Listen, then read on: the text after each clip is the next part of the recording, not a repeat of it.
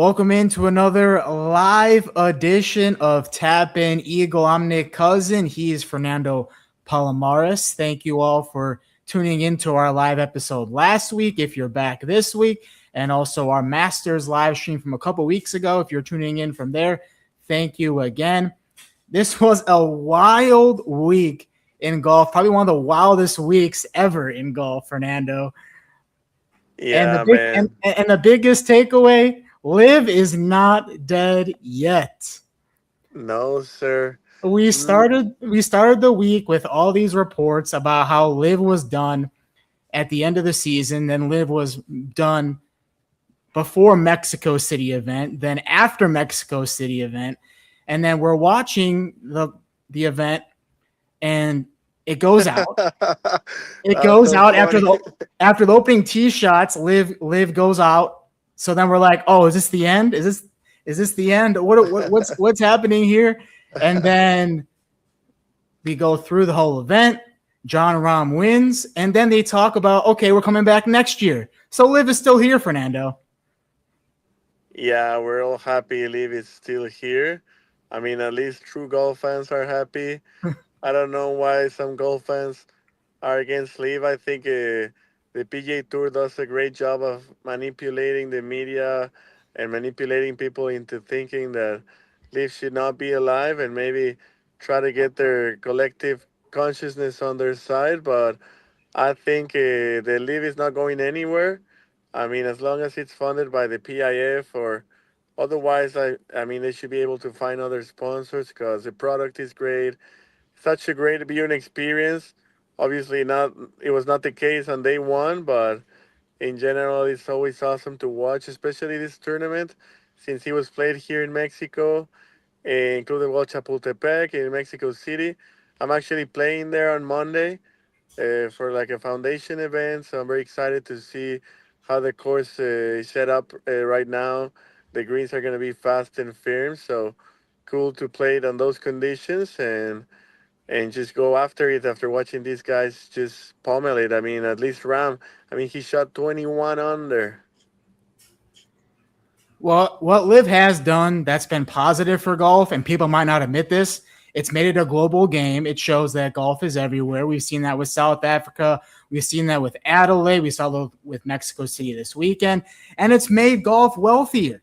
Look how much money Matt Fitzpatrick won this weekend, $3.5 million.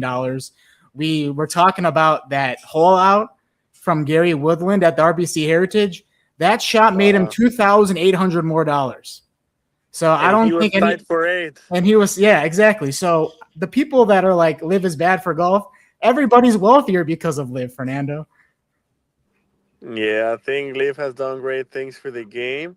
And actually, I was looking at the caddies too.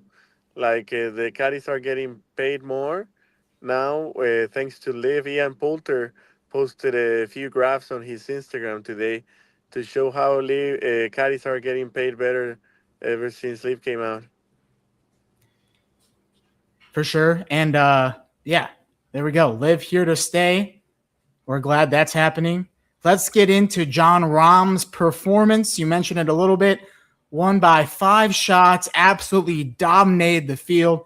And you knew he was dialed in, Fernando. That final round on hole number 3, 395-yard tee shot right next to the hole. I'm like, okay, this dude about to win the whole thing. Yeah, man. I mean, I obviously I've seen the best players in the world play a few times, but I kind of forget how long do these guys hit it because I play this course and I do not hit the green.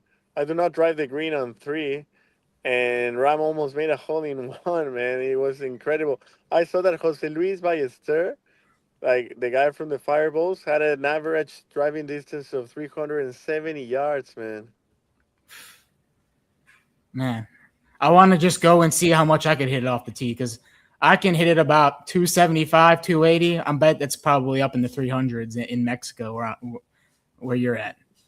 Yeah, 100%. I mean, I can hit it 330 here, but like normal hole. But these guys they hit it like 350 carry. How good of a performance was this from Jon Rahm? seeing how poorly he played at the Masters. He talked about how going into the final round at Augusta, he finally found something, and him and his caddy were kind of getting into it with each other, trying to find out what was wrong. How big of a bounce back performance is this from him? Yeah, even he himself said he couldn't believe it. Like it was such a great turnaround, and what stood out most for me was that his caddy Adam Hayes was the one who was helping him on Sunday at before the Sunday round at Augusta. Like he was telling him, like, no, you're doing this wrong, regarding his putting. So it's always good to have somebody look at you. Like I'm a golf teacher here, but it's always good to have somebody else like look at you, even if you know a lot. Like I mean, even Ram, he was the number one player in the world, and he still needs somebody to check up on him. Jon Rahm's team also with the team title, and they had a crazy lead all weekend. It was 19 shots after the second round, 15 after the third round, and win by 9. Absolute domination. Obviously, Rahm helped with that. Terrell Hatton had a good round before the fourth round where he was +1, but he was -12. He finished. And you just talk about Caleb Surratt as well, and Tom McKibben was up there in the top 5. Just an all-around dominant performance from Legion 13, and they get their first team title, and they've never lost in Mexico City as a team either, Fernando. Yeah, crazy third win for this team on this course, and man, like LIV is so different now that all 4 scores count on each day, because before it was the three best scores, and now you really need to have a really complete team. And so before this event, Reaper GC were leading the complete season standings, but now I think Legion 13 overtook them, and man, they deserve it because McKibben was there contending, and Hatton was on the final group, and even Surratt. I think Surratt had the second best round for them on the final day. So, man, what a strong team, and I will be glad to be on that team. For sure. How about the rest of the podium finishes? An all-Spanish podium, because you had Jon Rahm, you had Josele Ballester, and David Puig, all Spaniards.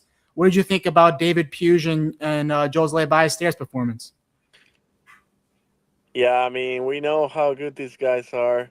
They they were probably the 2 longest hitters on the course, and these greens of Chapultepec, they're, as you saw, they're very bumpy. They're like Poanua, so you never know which way it's gonna go, and still they put up some great scores, and it's easy to get maybe like emotionally attached to the result if you miss like a short putt. But these guys, they don't. They just keep pushing and pushing. I mean, Nicolas Colsers talked about this with Ram on the beginning of the third round. Like Ram was missing it on every hole, but I mean, he even hit it OB on number 5th. But even after a double, Colsars like look at Ram and he said like, no, this guy's gonna keep pushing, and he ended up going another 12 deep. Almost set the course record, too, on Saturday. He was 1 shot off that, so great performance from Ballester. This was another report this week, too. Bryson DeChambeau, apparently during Masters Week, was trying to leverage his next move. As we know, his contract is up with LIV after this year, and he was even talking about maybe just doing his YouTube content and playing the 4 majors. I mean, Bryson at this point can do whatever he wants. He might even join a YouTube golf league. But what do we think about this, Fernando? Do we like Bryson just playing YouTube golf and playing the 4 majors? I mean, why not? I saw that Wesley Bryan and Grant Horvath and George Bryan are starting a YouTube golf league. So obviously, Bryson would give them way more Yeah. viewers and way more golf. Because, I mean, obviously those 3 are great players, but Bryson is one of the best players in the world. So hopefully he can join them and start even a new competition, which will also improve golf, just like LIV did. I'm with you 100%. You're getting 1 million views on your YouTube. You can do whatever you want. That's how Exactly. I see it. We also had a rebrand in LIV Golf. Smash GC, captained by Taylor Gooch, is now rebranded to OKCG because Taylor Gooch is from Oklahoma City. So a little paying tribute and homage to his hometown there. What do we think about some rebranding here, Fernando, in Live Golf? Well, I hope they don't apply the same criteria they did with Korean GC and just kick everyone who's not Korean out of the team. In this case, from Oklahoma, I think Andrew Shepard wouldn't mind that, No, but yeah, I mean, I love it. I think they have a lot of tornadoes over there, so maybe that could be the logo. that would be cool for sure. I would like that. All right, we go from Live over to the PGA Tour. Matthew Fitzpatrick wins the RBC Heritage in a playoff against Scotty Scheffler. And Fitzpatrick, man, this is his second win there, both in a playoff. And what he did, he was bogey free for the last 28 holes of regulation, then bogeys 18 to force the playoff with Scotty Scheffler, then has an amazing approach shot, 203-yard iron dialed right in there to win over Scotty in the playoff. What about this performance from Matthew Fitzpatrick, Fernando? Yeah, wow, what an amazing week of golf by Fitzpatrick. I mean, to have Scotty there pushing, like he was charging on the back nine, almost got it done, but Fitzmagic held through. I mean, we talked about it last week how this course provides like multiple time champions, and this was his second win here. And I saw that for example on the regular play on 18, they both missed right, and Fitzpatrick like missed his chip with his cross-handed technique, but on the playoff hole, I saw that he was aiming at the right side of the green because the hole was playing so tough. Like it was so windy. He hit like a 4 iron, and he said that he completely pulled it. But that's why strategy is part of this game. And even if you miss it, that's you gotta play to your strengths. And man, what a shot he hit! He almost made it, and then hit a clutch spot because that looked like a fast spot as well. Matt Fitzpatrick only joins Chris Gotterup as the only multi-time winners this year on the PGA Tour. And Matt Fitzpatrick also expecting a baby. So great week for Matt Fitzpatrick. They also talked about well-documented story that Matt Fitzpatrick holidayed there as a kid in Harbortown. So he knows the course pretty well, and he's proven that now with 2 wins there. Let's go over to Scotty Scheffler, though. Loses that playoff. This is his second straight runner-up finish. Of course, was the runner-up at the Masters as well after a bogey-free weekend there. How close are we to seeing another Scotty win here, Fernando? Yeah, man, I picked him to win, and he always delivers. He's just incredible, man. There's just no words to keep describing like what Scheffler does on the PGA Tour and what Ram does at LIV. Like, how can they be so consistent on different types of grass, different types of sand, different types of weather and altitude, and they just there every week, man. I mean, Scheffler, I'm sure he's gonna keep on winning. He has to be the pick every week. And now a couple of signature events coming up after the Zurich that we'll see Scotty win, maybe a PGA as well. Someone who's also hangs around the top but can never close it out, Ludwig Oberg, his 4th top 10 the last 5 starts. And I heard this from somebody this week. I was listening to PGA Tour radio, and they called him the Swedish Greg Norman, Fernando. What is it about Ludwig Oberg that he just can't close these things out, man? Because he's always in contention every week. Yeah, what a great player, what a great guy. He has such a great attitude, and he's very likable, and he swings it hard. And I think anybody would be happy to have Greg Norman's career. I mean, I'm sure these people who are calling them would love to have maybe even half of the career that he had. So, I mean, he already won twice. It's not like he hasn't won. But yeah, obviously, he has such a beautiful swing. Everybody expects him to win every time. But so many good guys are there, man. I mean, 4 top 10 the last 5 starts is pretty good to me. That's a lot of money right there. I take that any day. How about somebody who's playing through injury and still playing well? Colin Morikawa finishes T4 despite a back injury that he had to withdraw from at the Players. Finished top 10 last week at the Masters. He just doesn't have any expectations for himself coming in, Fernando? I mean, why is he playing so well even though he's injured? Yeah, that's a tough one to answer, man. It's like Tiger when he won the 2008 U.S. Open. I mean, I don't know how bad his injury is, but it's interesting. Like it reminds me of the Adaptive Open where these people have like limitations. Even like my friend Osel, who won by 15 shots here in Mexico. Like he has like a bad leg because a wall Mhm. fell on his leg a few years ago, and he cannot like put his weight on it on his left leg, and yet he still plays great golf. I mean, he's a scratch golfer, so mind over matter, as they say, I guess. We'll see what happens with Colin here. Gets healthy. Maybe he sits out a couple of these signature events, but the way he's playing despite injury, I could see him winning one of these majors coming up as well, too.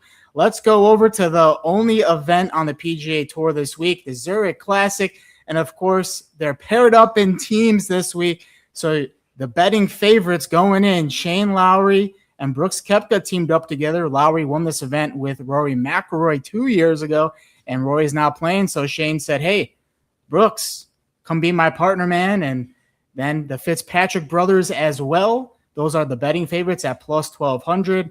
And what do we think about the Zurich Classic this week and just this format in general? Because this is a fun format, Fernando. Yeah, what a fun format. I mean, Liv should have one of these events.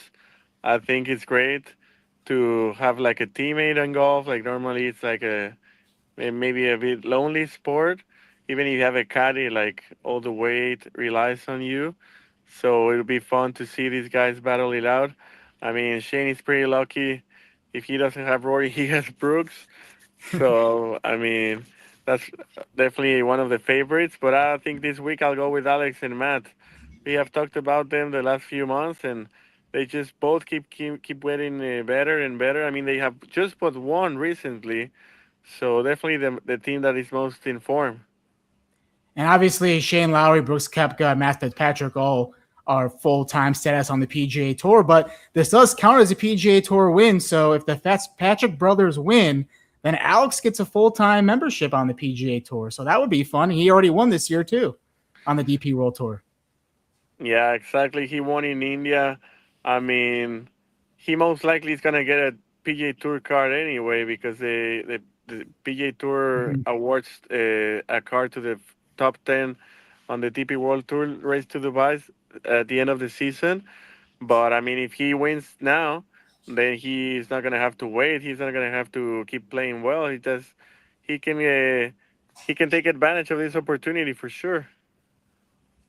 Besides those two main groups, you look at the field, there's a whole lot of golfers from everywhere. Corn Ferry Tour coming on here. Jeff Ogilvy's coming out of, I guess, his retirement or playing on the senior tour to play in this. You have even Smiley Kaufman, who's broadcasting, coming and playing in this tournament. So you have a wide range of people. But you look at this field of golfers, you have a favorite pairing out there, Fernando? Yeah, man, what an exciting Harry Hicks playing too. Uh, but I mean, my favorite pairing I think is Luke Clanton with my boy Blaze Brown. They're probably the two most exciting new guys on tour. I mean, Blaze almost won last week. We saw what Luke did last year to earn his card. So I mean, they're definitely the next gen, and they're already here. So I'm going with them. Those are two young guns in the game. I like that Shane Lowry Brooks Koepka pairing. I mean, that's a new pairing. And also, if Brooks and Lowry win that, Brooks can qualify for the rest of the signature events for the rest of the year. And we want to see Brooks in those signature events. Obviously, that was part of his penalty for coming from LIV over to the PGA. But I don't want to see another picture of him just hanging out, waiting to try to get a tee time as an alternate again, Fernando. Yeah, he was first alternate and didn't get in. Yeah. tied for 12 at the Masters.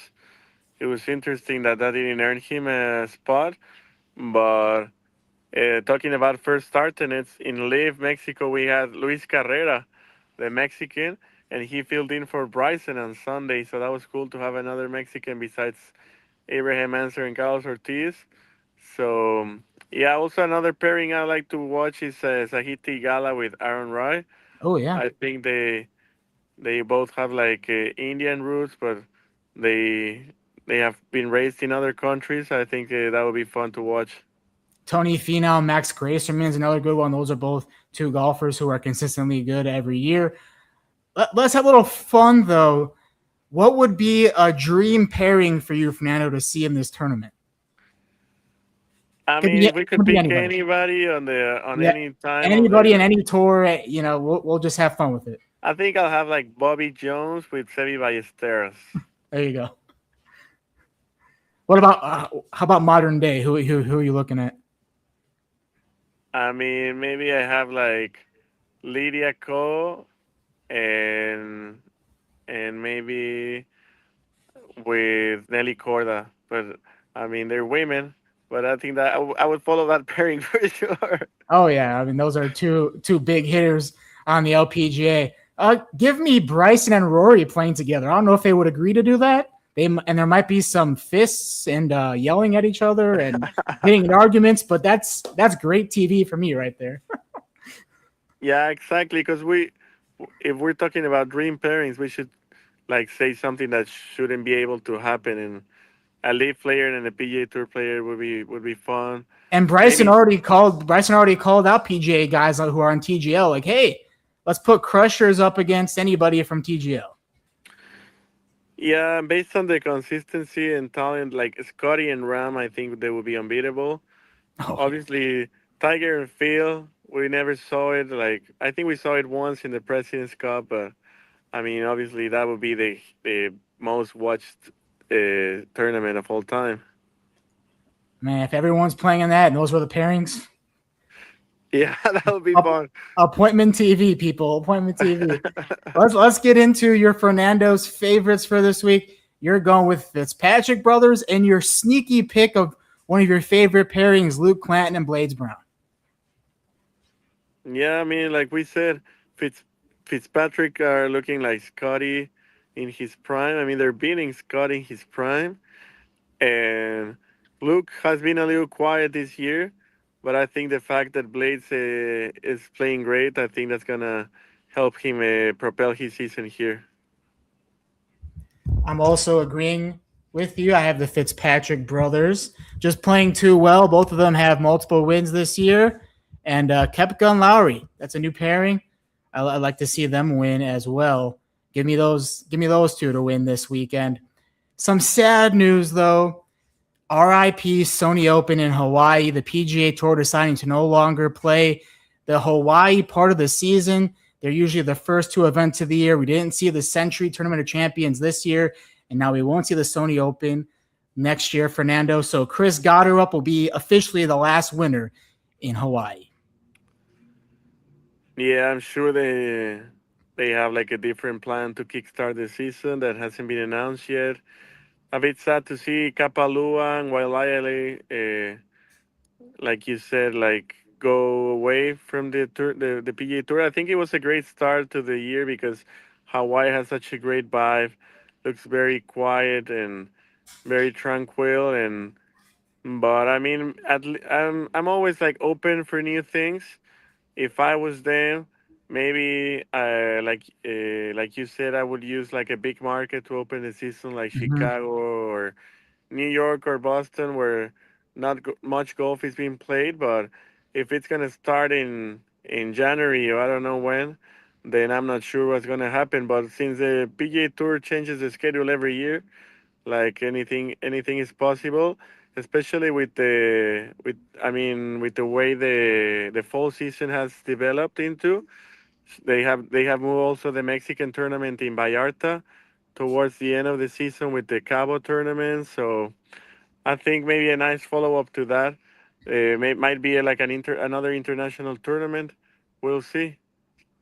They added a couple of signature events this year, the Truist and the Cadillac, both coming up. So those are new events. So we'll see what they add in that calendar. I do miss watching some golf in January, though, especially in the Midwest in the U.S. Seeing Hawaii and everything made me excited, and it was nice to see some nice weather there. But I guess that's not going to happen anymore. Let's I go think it's over. better for Jeff Ogilvy Yeah, since he had that surfing accident when he was in the top of the golf world.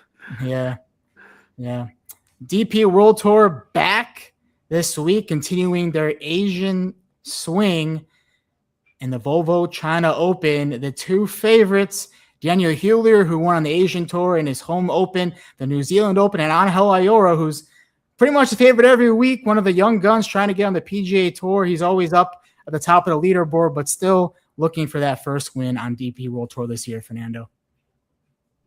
Yeah, finally the DP World Tour is back. It's going back to China since the last tournament they played there in Mission Hills. And I think obviously Hillier is in great form. Ayora, maybe the best swing in the world. Maybe he finally is gonna win. But we have some other good players like Andy Sullivan and defending champion, the Chinese guy Ashun Wu. And I mean, obviously this is hard to watch in Mexico, but I'm always looking for the highlights. Yeah, it's overnight in America. I mean, it's like tomorrow there when it's the next day in China. So it is a little tough to watch, but highlights are great for DP World Tour on YouTube. So shout out to them. Let's get into your Fernando's favorites for the China Open. You have Angel Ayora on there. You have Eugenio Chacarra, who was looking like he was going to win the Indian Open the last time out, and then choked it away on Sunday. And then the defending champion as well, Ashun Wu. Yeah, I mean, Ashton, he's like 40 years old, but he won here 2015. So, and then he won again last year, this tournament. And he just saw Rory McIlroy go back to back at the Masters. I think he's inspired by that, trying to copy him. And Angelito, he's doing great work with Juan Carlos Ferrero. And Chacara, he just played last week here in Mexico in Tulum for the in PGA Tour in PGA Riviera Maya for the Corn Ferry Tour event, and he finished like I think tied for 4th. Mm-hmm. And that course is definitely one of the hardest courses in the world in terms of pro golf. So I mean, and just as when he almost won in India was one of the toughest courses in the world. So he is made for these like tough conditions. Love that pick. Chacarra also played his golf in the U.S. at Oklahoma State, so he's kind of he's been up in the winning before, and a lot of traveling for him though too to go from Tulum over to China. But that's golf sometimes. Let's get into my picks. I'm also going with Ayora. I'd love to see him finally win. He's become one of my favorite golfers to watch this year. Daniel Hillier as well. He's won this year already, as I mentioned, so he's in good form. And how about Win Yi Ding? He is the 3rd ranked highest golfer in China behind Hao Tung Li. So I'm going to go with another Chinese golfer to win on the home soil there.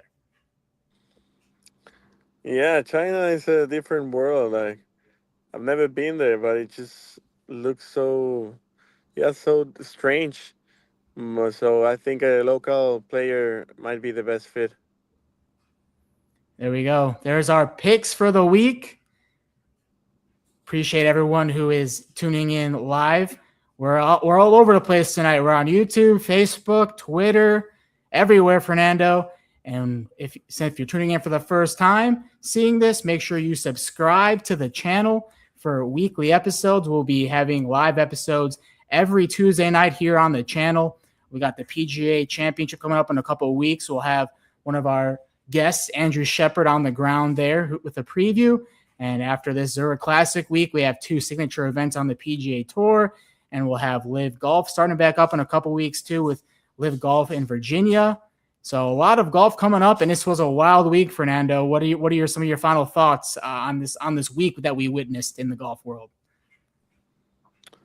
Yeah, I think one of the takeaways I think it's like you're never really too far from playing good golf. Just like Ram proved it. Maybe just like a little swing away, and that just gives you the confidence to keep on going. And but you have to have some fight in you in this game. You have to be concentrated on every shot and just pretend like it's the only shot you have left. Couldn't have said it better myself. We saw some comeback victories. Rahm, after he played poorly at the Masters, come back and win on LIV. Matt Fitzpatrick with a second win this year. He's getting into great form ahead of some majors, so maybe we'll see one of those two win one of the upcoming majors coming up. We'll be back here with you next week. Thank you all for tuning in, and we'll see you next Tuesday night. Yeah, see you next week.